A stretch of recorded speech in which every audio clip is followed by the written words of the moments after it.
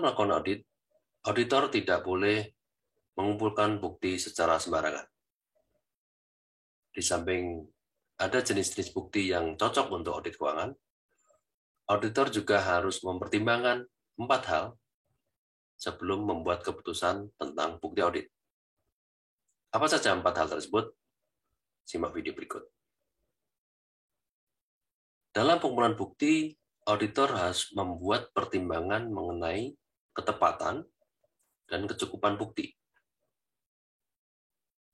Nah, untuk hal ini, auditor harus membuat keputusan yang melibatkan 4 hal. Pertama, tentang prosedur audit mana yang digunakan. Kedua, berapa ukuran sampel yang harus dipilih untuk prosedur tertentu. Yang ketiga, item mana yang dipilih dari populasi.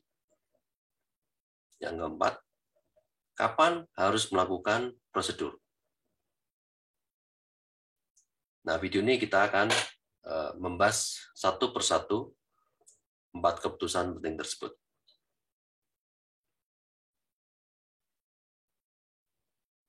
Pertama berkaitan dengan prosedur audit.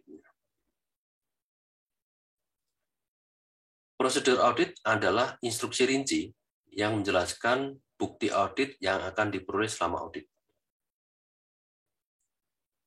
Uraian prosedur menggunakan istilah yang cukup spesifik, sehingga auditor dapat mengikuti instruksi tersebut selama audit. Nah, berikut ini contoh prosedur audit untuk verifikasi pengeluaran kas. Prosedurnya sebagai berikut. Periksa jumlah pengeluaran kas dalam sistem akuntansi dan bandingkan penerima pembayaran, nama, jumlah, dan tanggal dengan informasi online yang disediakan oleh bank tentang cek dan transfer elektronik yang diproses untuk rekening tersebut. Jadi yang saya tebeli itu adalah contoh prosedur audit terkait dengan verifikasi.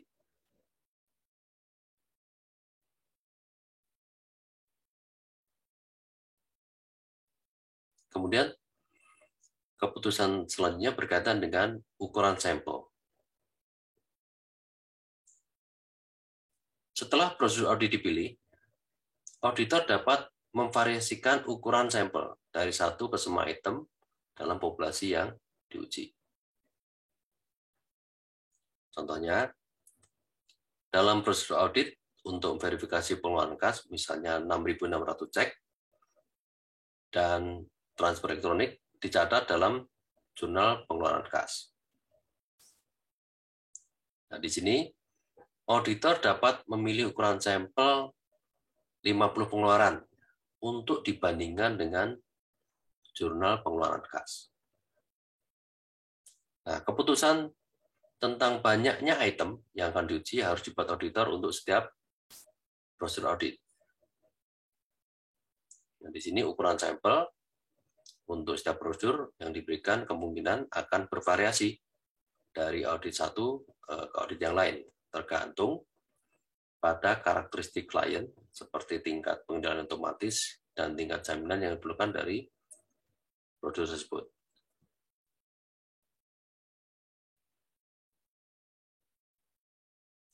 Yang ketiga, berkaitan dengan item yang dipilih. Nah, setelah menentukan ukuran sampel untuk prosedur audit, auditor harus memutuskan item mana dalam populasi yang akan diuji. Jika auditor memutuskan, misalnya untuk memilih 50 pengeluaran dari populasi 6.600 untuk dibandingkan dengan jurnal pengeluaran, beberapa metode berbeda dapat digunakan untuk memilih item yang spesifik yang akan diperiksa. Pertama, misalnya memilih minggu dan memeriksa 50 transaksi pertama. Misalnya setiap minggu pertama. Kemudian memilih 50 pengeluaran jumlah terbesar. Yang ketiga, memilih secara acak atau random. Atau yang keempat, memilih transaksi yang menurut auditor paling mungkin berada dalam kesalahan. Atau kombinasi dari 4 metode tersebut. Jadi item dipilih itu bisa bermacam-macam caranya. Dari sini ada 5 lah. 5. Yang terakhir itu, dari 4 itu yang terakhir adalah kombinasi dari keempat metode yang sebelumnya dijelaskan.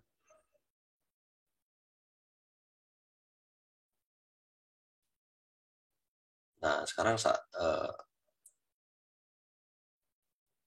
berkaitan dengan saatnya.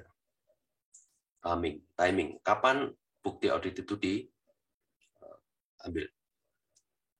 Waktu prosedur audit dapat bervariasi dari awal periode akuntansi hingga setelah berakhir, dan lama berakhir. Dan sebagian keputusan waktu dipengaruhi oleh kapan klien membutuhkan audit untuk diselesaikan. Ya, tergantung pengaturannya. Nah, di sini prosedur audit sering memasukkan ukuran sampel, item yang dipilih, dan waktu ke dalam prosedur audit. Nah, berikut ini adalah modifikasi dari prosedur audit yang sebelumnya digunakan untuk memasukkan ke 4 keputusan bukti audit. Nah, di dalamnya itu ada cetak miring ya, itu mengidentifikasi waktu, item yang dipilih, dan keputusan ukuran sampel. Jadi contohnya kalau rumusan prosedur auditnya adalah sebagai berikut. Dapatkan jumlah pengeluaran kas bulan Oktober dan bandingkan nama penerima pembayaran, jumlah dan tanggal pada cek yang dibatalkan, atau informasi transfer elektronik dengan jurnal pengeluaran kas untuk sampel 40 pengeluaran yang dipilih secara acak. Nah, ini adalah keputusannya. Kapan bukti itu dikumpulkan. Saya kira jelas bahwa bukti audit, pengumpulan bukti audit itu harus melibatkan 4 pertimbangan. Dan 4 pertimbangan itu telah dijelaskan tadi, mulai dari prosedur auditnya, kemudian ukuran sampel yang dipilih, item mana yang akan dipilih, dan timing atau saat pengumpulan bukti audit.